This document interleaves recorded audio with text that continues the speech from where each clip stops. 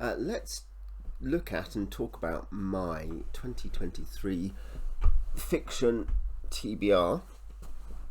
I have for the last few years gone on semi-regimented TBRs. It's going to look a lot more organised and concrete than it really is. Plenty of changes happen, but I found it helpful for knowing what I need to get done for particular things I want to talk about or stuff I really am like, I just want to read this series, and if I'm very addicted to something, then I just keep reading. But with other things, I need to remind myself, no, I'd like to get that done. It's good enough that I want to pay the time to do it. So this is how, this is my 2023 reading plan, fiction section. There's been an innovation though. This is how I have traditionally done this. And I'll quickly show this here as an example, and I'll flick through it, and then I'll show you what I am now doing as a supplement, but kind of as a better guide. I like Word, or I like lists, notepad, docs, whatever, because I just like writing down all the books I want to read, and then I can work out what I do with them. So you can see I've got stuff I read with my kids, fantasy, sci-fi, mysteries, westerns, military fiction, things like that. I have a non-fiction section as well, a gaming section too of stuff I want to read for D&D purposes, chiefly D&D, sometimes other games. But yeah, I sort it, and I kind of try to get a sense of what my reading load is, how much I'm paying attention to different subgenres, and fitting that in. And then also, you can see how far is there skewed towards certain kinds of fiction, and just try to get a good mix. So I was like, oh, I definitely want to read the Life Ship Traders trilogy, for instance. So I was like, yeah, I'll put that in. And then, I also want to get a few Discworld books in. I've borrowed, my brother-in-law lent me the Book of Dust, books 1 and 2, and I'm kind of ambivalent, but I like Pullman at his best, so I'm going to fit those in, and so on and so forth. You can see the general idea. The weakness of this system, it's quite nice to just have a list of stuff. You can organise it a bit that way. I mark stuff I'm reading, I mark stuff I've finished. But you can see that I've put rough dates, and they're not strict, and as I say, loads of this is going to change practically, but I put months by which I want to finish it. I'd like to have that done by this point, or this is a good slot to fit this book in. And yes, that's okay in one way, but in another way, you can see I could make it very much just a list of, very strict January to December list, but that would need to include all my books to be fully effective, everything I was planning to read that year. And as soon as I start putting series together, right, you break it up. So for instance, here you've got Live Ship Traders, so I know where they are, but then we'll be going to Finder's Stone, the trilogy, the Forgotten Realms trilogy, and yeah, you get the idea that it becomes disorganized, and it's not particularly ergonomic, is it, as a system of looking at dates. So I have instead gone for, and this is how I'm going to actually talk about what books am I going to read this year. I've designed instead just going for a very simple Excel sheet. You can see there's a tab for non-fiction and poetry. That includes gaming. And what I've been able to do here then is just say, and roughly, what am I going to put in each month? And it means I can also think about book length. Like if I've got 200 700 page books in a month, sorry, 2 700 page books in a month, I'm just not going to probably get through that. Or at least if I'm trying to keep on top of other stuff. Whereas more of a mix, I'm more realistically going to be able to do. So this is how I've done it anyway. You can see it's very, very simple. Just going horizontally, January to June is over this way. I'll get there in a minute. July, slow burn bunny reads that I know I'm going to do. And still marking stuff as in progress or finished, though I don't think Excel has strikeout.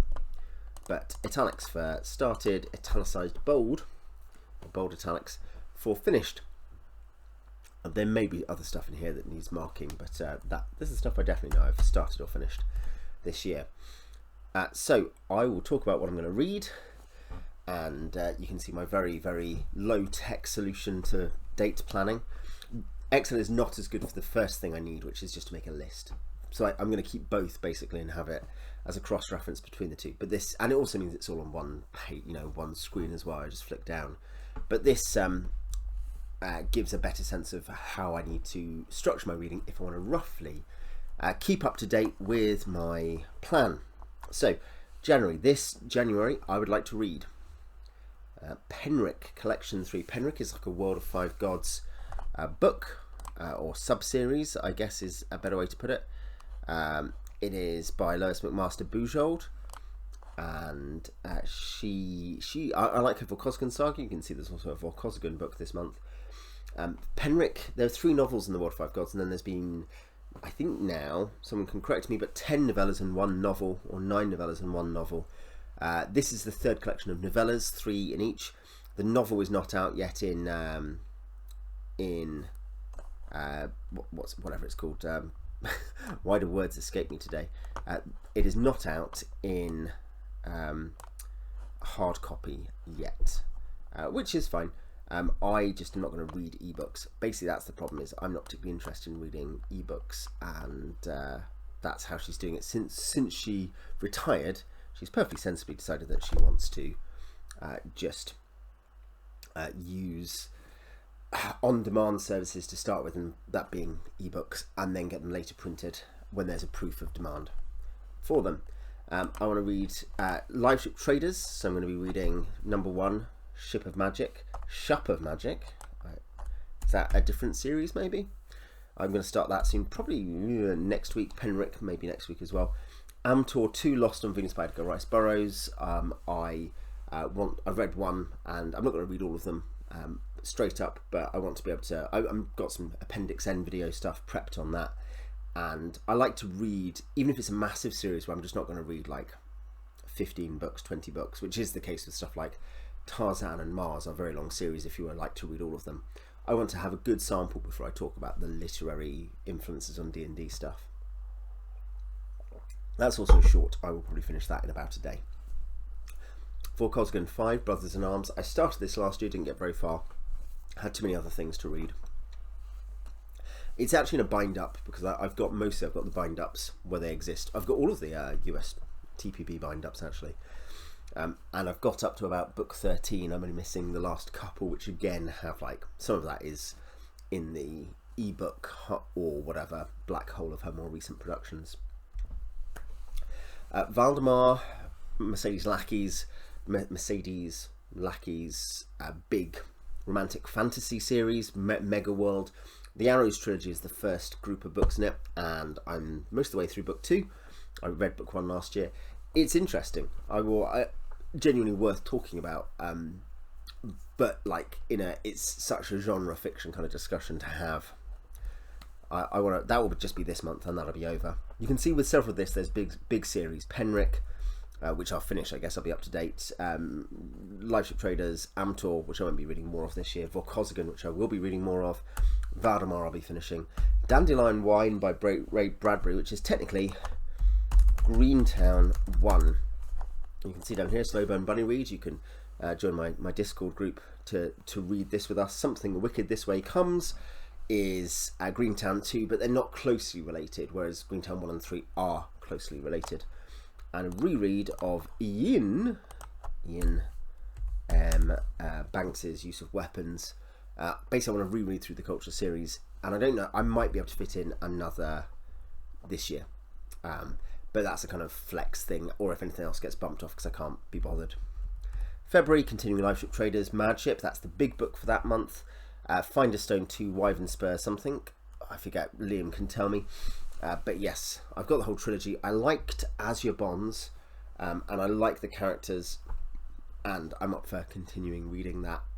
And again, it's longer. It's not 150 pages like Burroughs, but 350 to 400 pages in mass market of very pulpy high fantasy, pulp/high fantasy combo. You can read it quickly. Wizard Knight 1 by Gene Wolfe, I'll be hopefully reading in February, which is, like many of his books, is actually not as long as you think. I've got the bind up, which is long, but I think it's about 350 pages. Stone of Power, Shadow Number 2, Last Guardian by David Gemmell. I read number 1 last year, which I thought was great. I have some other Stones of Power stuff, but I have the whole of the Shadow trilogy, so I'm going to try to finish that this year. You can see generally, by the way, I've gone for, and this might shift in January because of the weight there, but I have 5 books per month to read, because that gives me space for real life, but also for some non-fiction, for some extra fill-ins if there's space, and it's a realistic pace for me. I can generally finish 8-ish books a month, depending on of a mixture of lengths. Shadow 2, Tress of the Thingy, Secret Novel 1, which I have on my Kindle. But I kind of want to read it in hardcover, and I planned it to read in February, so I've got space for that. March, finish off Live Ship Traders, Ship of Destiny, finish off Wizard Knight with Night, read Coram 1 to 3 by Michael Moorcock. I've read Hawkmoon 1 to 4, I've read lots of Elric. I've actually read Dances at the End of Time as well. That is, it definitely is Eternal Hero adjacent, but it's adjacent or lateral rather than main. Mars Trilogy 2, Green Mars, wanted to read that last year, didn't get there. That is probably the big book that, I said that Ship of Destiny is definitely bigger. Green Mars is not massive, but that might be 450. So March might be a chunky month. Again, trying to get a mix each month of fantasy and sci-fi and other stuff. Dandelion Wine is Bradbury, but it's technically just real world contemporary. As is LA Quartet number 3, LA Confidential, by James Ellroy, which I love the film of. Sleeper classic, one of the best films I've ever watched. But yes, that is a mystery technically. And now we're in the second quarter of the year. Finished Finder's Stone, Peace by Gene Wolfe. I might move that somewhere else because there's a lot of Wolfe there in a row, but I want to read basically one of his non-series. I've got the Short Sun trilogy later in the year from him, and I'll read short stories too, but Peace is an early book, very often considered to be one of his best. Snow Crash by Neil Stevenson. I really enjoyed Neuromancer. Was it last year maybe, or the year before? I think the year before actually, 2021. So going into cyberpunky and that side of sci-fi. For Cosmic 9, Mirror Dance. 5 and 9 are actually adjacent. The numbering is publication order. There is a chronology as well, but they're bound up, so 5 and 9 go together. Memory Sorrow Thorn 1, Dragonbone Chair. That is the honker in April. I haven't scheduled the rest of Memory Sorrow Thorn. I don't own it. I could see if I'm like, man, I love this, it could fit in elsewhere. It could kick other stuff down. But for now, committing to Dragonbone Chair. That means I might well start that in March. Practically, of course, it might well be if I ever have space or time, I'll start a big book early. May, Shadow 3, Time in the Gods by Lord Dunsany, which I read The King of Elfland's Daughter this year. I'd started Time in the Gods, and then I think I was like, my cognitive load was quite high at the time, and King of Elfland's Daughter was shorter, so I was like, well, I will just read the shorter book that's a bit easier, and it is more approachable than Time in the Gods. Mars Trilogy 3, Blue Mars, LA Quartet 4, White Jazz, Discworld Weird Sisters reread, which I kind of wanted to read last year, but again, there's just especially December ended up being a very crunched month when normally I would have finished 2 or 3 extra books. Dandelion Wine I'd hoped to finish in December, for instance. The same, I kind of thought Arrows. Basically, I think I was really hoping that in November and December, when suddenly a lot of stuff got very busy and it's not expectedly, I would have finished probably Valdemar, Greentown and Weird Sisters. June, for the first half of the year, finishing with the Earthsea Quartet. That's the big one. Fahrenheit 451 by Ray Bradbury. Never read it, but in my Bradbury read through, high priority. Draenei 12, Swords of Day and Night, or Skilgannon 2, if you want to count it that way, which I've not read. I've kind of been keeping it partly because it's the last Draenei book. I have other things I can read or reread. I've never read it, so it's the last new Draenei book as well, that's to say. But I can read or reread, and I haven't read for ages. So Riganti I read ages ago, and I could reread. Stones of Power never read apart from the first Shadow book, so it's fresh. But Draenei, which for me was formational as a fantasy influence, it's the last book. It's also a weird, very different book from what I understand, blurb wise. Men at Arms reread Golden Apples by Eudora Welty, which is like, if you want a comparison to, ironically, Ray Bradbury also has a short story collection called Golden Apples of the Sun, the Hesperides. But Golden Apples by Welty is short stories about, I think it's a Mississippi town she grew up in, inspired by some of her background. But interlinked short stories where each chapter is a different thing, but they do link together and build wider plots and give you different perspectives on characters and the town. And I like that form. It's not a fix-up though, whereas Dandelion Wine I think was a part fix-up. Someone can correct me, but I think it was a part fix-up, whereas Golden Apples I think was written, like lots of Walt's collections, she had a concept and wanted to write something. July, his Dark Materials Book of Dust 1, Belle Sauvage. As I say, some trepidation. Remember, we all know this, Amber Spyglass was garbage, and he has written since. He's written some stuff I haven't read, like Ruby in the Smoke or whatever, which people like, and he's written a couple of novellas in the HDM world, and I haven't read all of them. I haven't read Lyra's Oxford, which I'd like to. I might try to fit something like Lyra's Oxford in before I read the Book of Dust, or at least before I read Secret Commonwealth. But I read Once Upon a Time in the North, is that what it's called, which I thought was great. But it's not like he's been winning me over since, but I'm up for it. Mythico Wood 4, Merlin's Wood, which is less connected to the main series of the 5 novels. It's the one that's kind of like, hey, this is off to the side, kind of mentioned elsewhere. It's set in France rather than in Mythico Wood itself, but it's a similar principle of magic woods.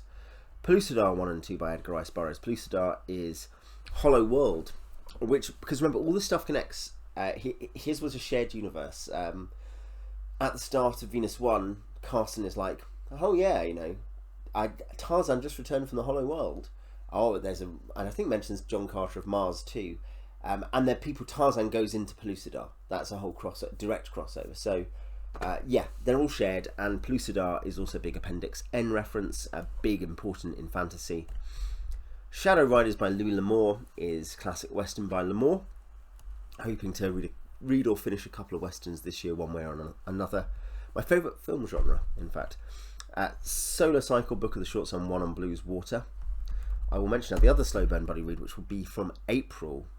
I guess we'll do a July and October too, but from April, Gormenghast 1, Titus Grown by Mervyn Peake. I have not committed to reading the rest of the trilogy. I think I will. It's classic. Everyone loves it. It may well be that's next year because, you know, they're chunky enough books.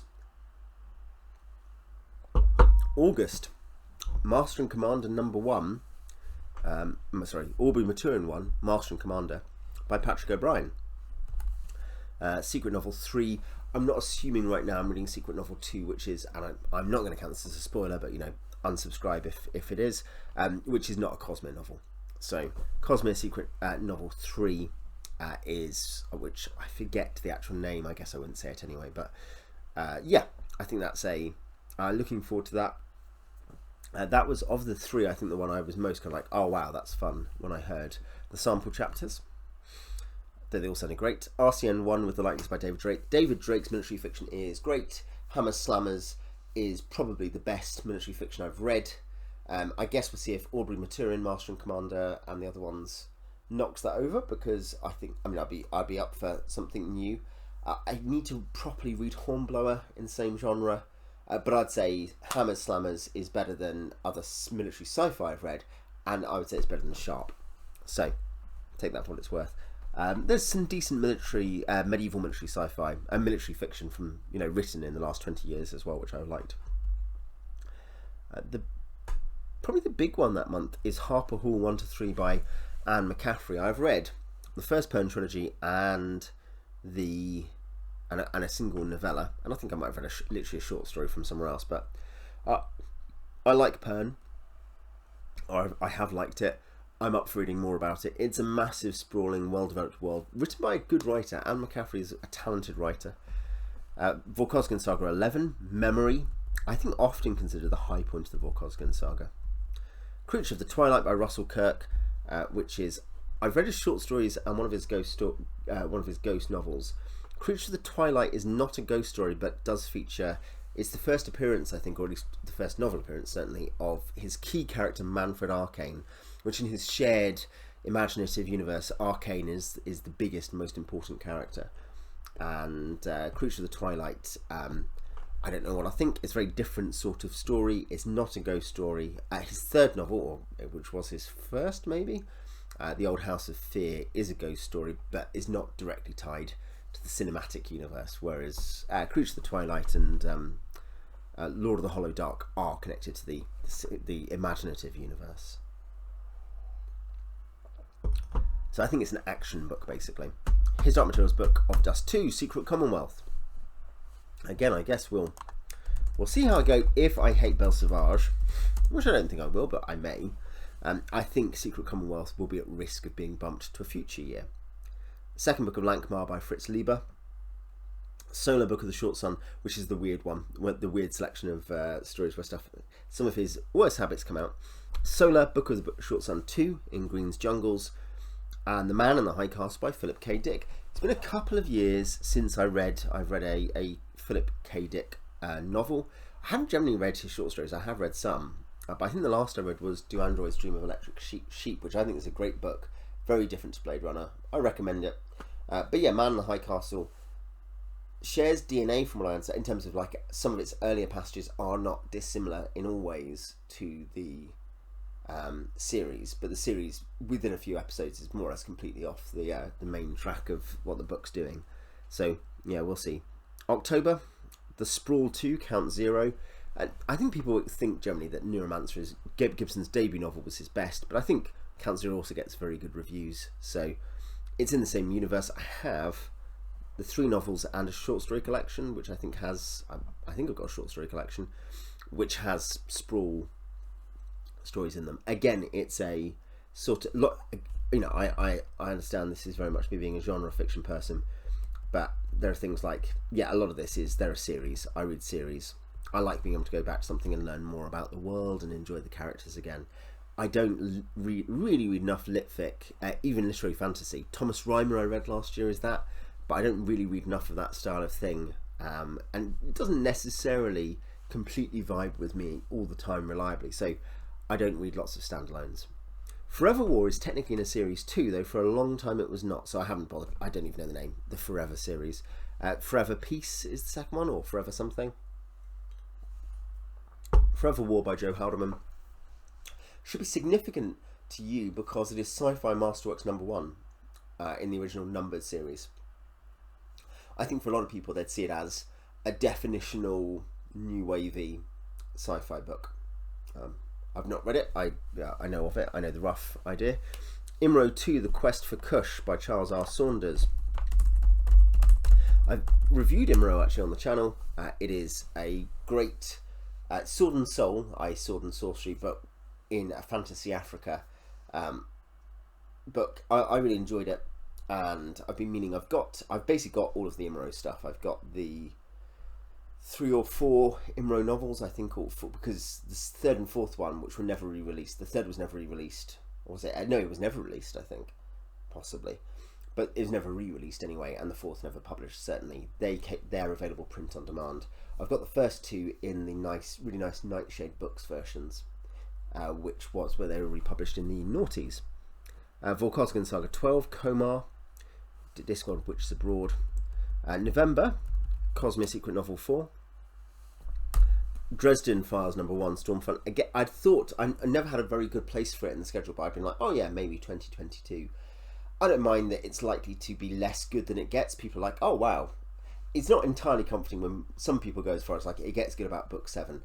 Most people are like, I enjoyed the first couple, and then it really amps up. Like, they're also short. It's pulpy. I'll enjoy it. It's noir. I might dislike some things, but if it's 300 pages, I'll live. And if I like it, there's lots to read. And if I don't like it, then it's a very small time sink, really. And it gives me, I like being able to sample things.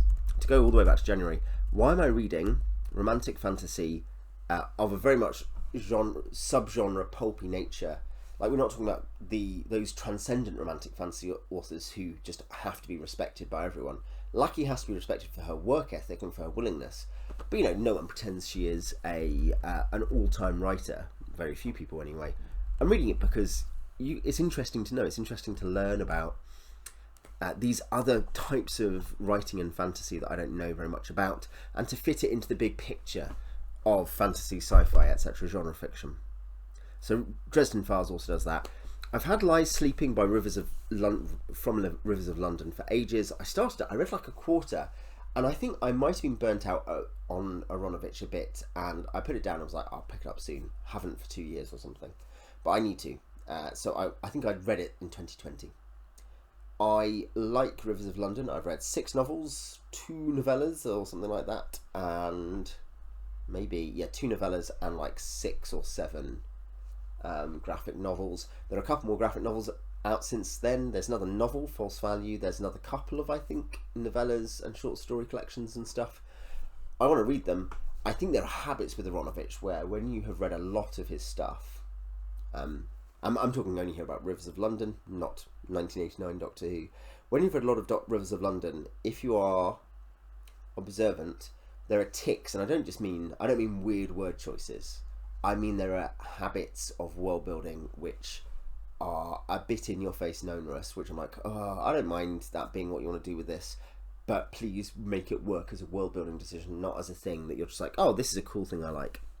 So yeah, I think I want to get back to that, and hopefully the break will have given me a sense of like, I can be patient.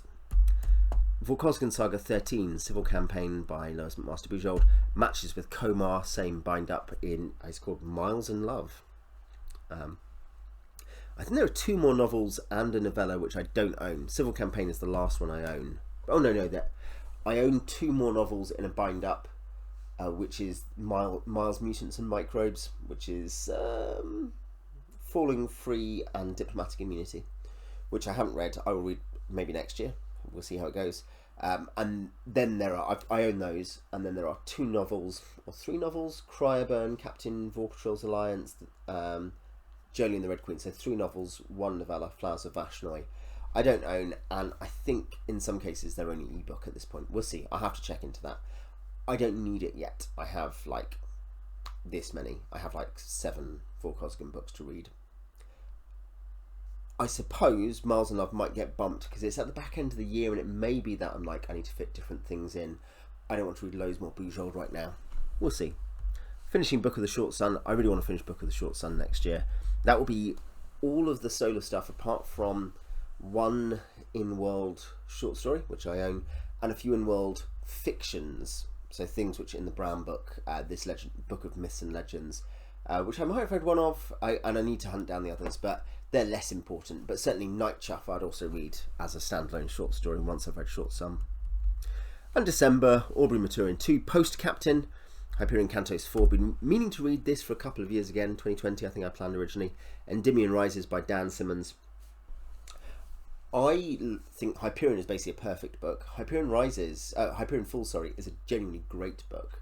It's not perfect, but I think when some people say Hyperion is great, everything else is crap. Hyperion Falls, I definitely go with those people, and there are many who are like, it's a great book, a genuinely all-time great book of its type. The difference is that Hyperion is a great book.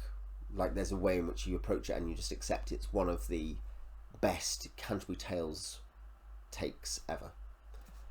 And it combines and melds its styles and its genre and its subgenres and the things it wants to do with the characters and the world perfectly.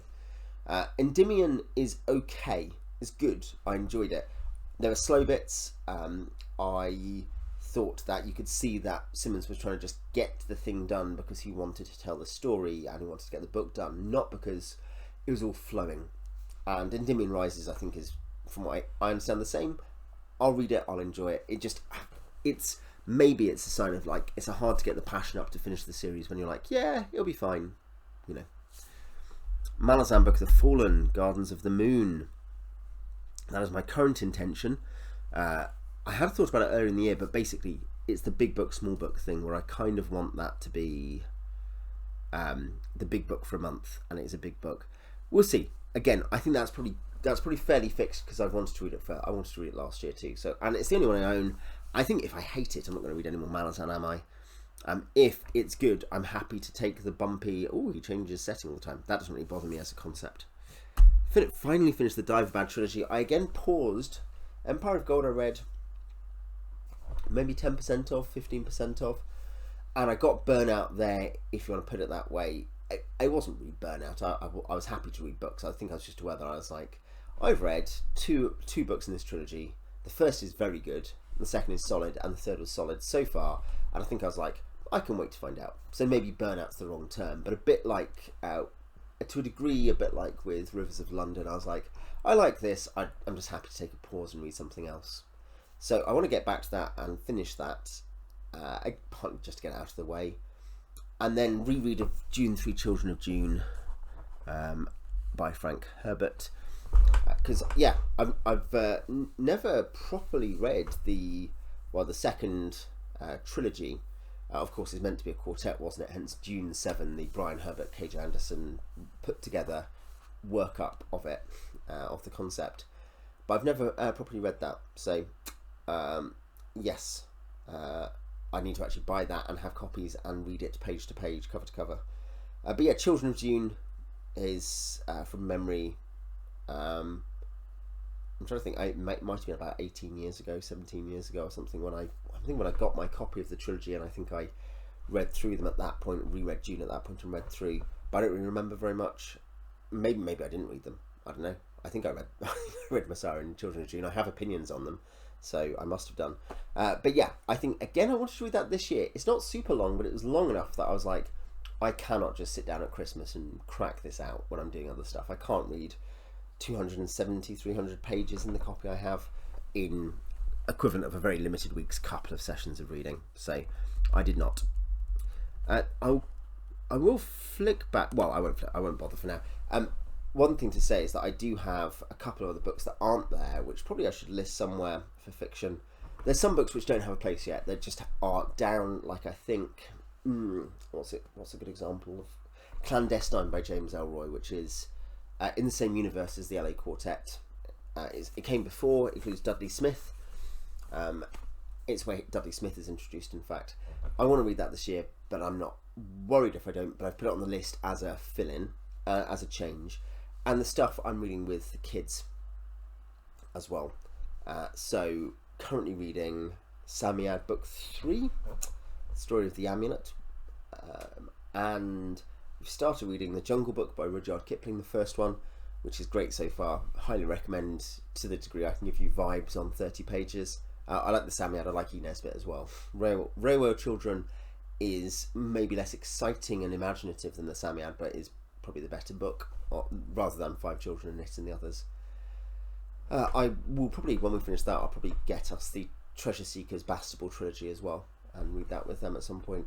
And I think I had another book. I think I was thinking about reading the third Moomins book with them. They've heard the Moomins books. Well, my eldest has heard them 2 or 3 times. I've only read a couple though, and I really like the Moomins, and I'd like to read the next one with them. So that could be on my list of things I read when I'm on my own with them. Jungle Book we read as a family. There'll be other kids' books probably as well, because we read more than 2.5 books a year. So I imagine I will pick another couple of books. We also read like myths and legends and things like that. Anyway, that is what I am reading this year. If you want to tell me what you're reading, go for it. If you approve or disapprove of some of these choices, please tell me in the comments as well. And any recommendations that fit the stuff I like, please also share so that I can add it to the midterm list. I am going to leave it there, and I will see you next year. Next time.